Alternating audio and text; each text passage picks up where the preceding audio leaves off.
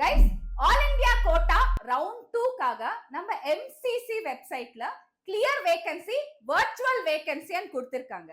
என்ன இந்த clear vacancy, என்ன இந்த வர்ச்சுவல் வேகன்சி, நான் உங்களுக்கு ரொம்ப ஈஸியா சொல்லி தரேன். ஃபார் எக்ஸாம்பிள், கவர்மெண்ட் மெடிக்கல் காலேஜ்ல நினைச்சுக்கோங்க ஒரு 100 சீட்ஸ் இருக்கு. இதுல வந்து 15% ஆஃப் த சீட்ஸ் வந்து ஆல் இந்தியா கோட்டா ஃபர்ஸ்ட் ரவுண்ட்ல போயிடுச்சு.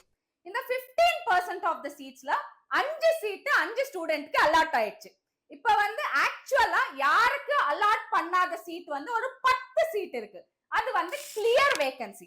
இப்ப 5 சீட் இது அலாட் ஆயிடுச்சுல, இந்த 5 சீட்ல வந்து ஒரு 3 பேருக்கு வந்து இந்த காலேஜ் வேணாம், நான் ரீ அலாட்மெண்ட்க்கு போறேன், நான் அப்கிரேடேஷனுக்கு போறேன்னு சொல்லி அவங்க ரவுண்ட் 2க்கு போறாங்க. இதெல்லாம் வந்து அவங்களுக்கு வர்ச்சுவல் வேகன்சில இருக்கும் அந்த சீட் எல்லாம். இவங்களுக்கு வந்து இவங்க ஆப்ஷனல்ல இருக்காங்க, இவங்களுக்கு இது வேணாம், அவங்க வந்து போயிடுவாங்க. இன்கேஸ் அவங்களுக்கு வந்து அப்கிரேடேஷன் ரீஅலாட்மெண்ட் கிடைச்சிச்சுன்னா இந்த சீட் வந்து ரியல் வேகன்சியா மாறிடும், கிளியர் வேகன்சியா மாறிடும். இன்கேஸ் அவங்கள அப்கிரேட் பண்ணல, திருப்பி இந்த சீட்லயே அவங்க ரீஜாயின் ஆயிடுவாங்க. அதனாலதான் அது வர்ச்சுவல்னு சொல்றாங்க. அது வந்து டிசைட் பண்ற வரைக்கும் அது கிளியர் வேகன்சியா இல்லைன்னா வர்ச்சுவல் வேகன்சியா வந்து டவுட்.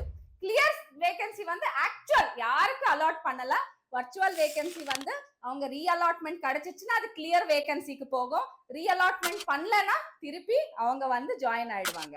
இதுதான் difference between virtual vacancy and clear vacancy. ரொம்ப ரொம்ப நன்றி.